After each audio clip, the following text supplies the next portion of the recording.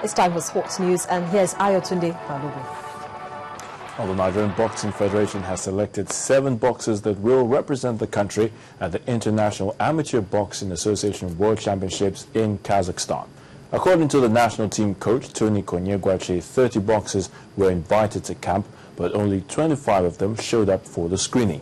Sports correspondent Austin Okonakpan was at the final trials and has this report.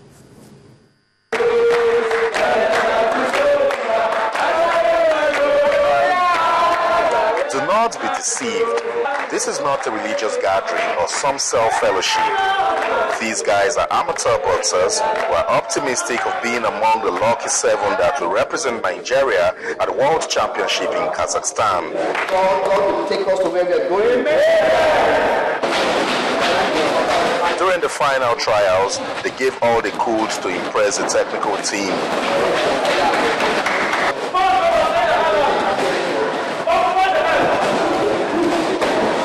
Since we are being camped, this coach is one of the best coaches we ever had in Nigeria. I'm an old boxer, I have been in many camps. We don't have this kind of coaches before, but now we have the best. Young, talented one, they give us everything. I'm still the champion of my category, 64 kg. I'm still the champion. I'm still maintaining my weight. And I bet by the grace of God, this is my time, this is my year. 2011 All-African Games silver medalist Efetobo Akpoche says the World Championship gives the boxers a chance to bring glory to Nigerian boxing again. In boxing, yeah, you have to know something in your head.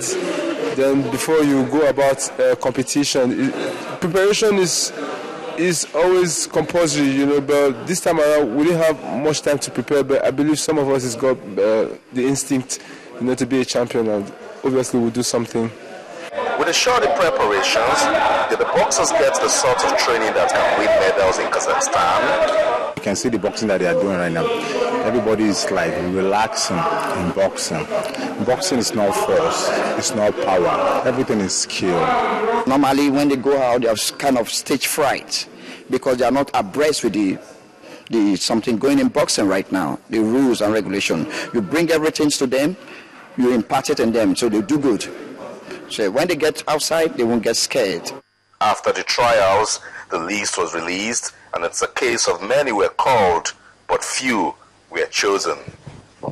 Sadly, it's the same old story of lack of preparation and no funding for boxing in Nigeria. But despite these challenges, in 2 weeks' time, these boxers will leave the country for Kazakhstan and forget about the worries and fight to bring glory to Nigeria through boxing. Austin Okonakpan, Channels Television News. Now in football, referees in Nigeria have shelved their planned boycott of league matches over neglect by the league management company, the LMC. Nigerian Referees Association Chairman Ahmed Mode told Channels Television that they have reached an agreement with the league body to return to the pitch. Reports say the referees are unhappy over the unfair punishment given to some clubs whose fans beat up their colleagues. Fans of Sunshine Stars, Wiki Tourists, Kano Pillars and Lobby Stars have been alleged to be the worst culprits this season. And the referees have issued a 7-day ultimatum to the LMC to address their grievances or face a walkout from the remaining league games. Andre Villas-Boas's reunion with his former mentor Jose Mourinho ended with honours shared as John Terry's header gave Chelsea a point at Tottenham Hotspur. David Moyes suffered his first competitive home defeat as Manchester United manager, as Stefan Sessegnon, Morgan Amalfitano and Saido Berahino handed West Brom a 2-1 win at Old Trafford. Aston Villa came from behind to beat Manchester City 3-2 at Villa Park. Jordan Much scored a last gasp wonder goal to give Cardiff their first away win ever in the English Premier League. Liam Brady's cool finish from the spot earned Hull City a narrow 1-0 victory over West Ham, and Arsenal were 2-1 winners over Swansea, thereby retaining their top spot in the league standings. And that's it on Sports News. The news at 10 continues shortly.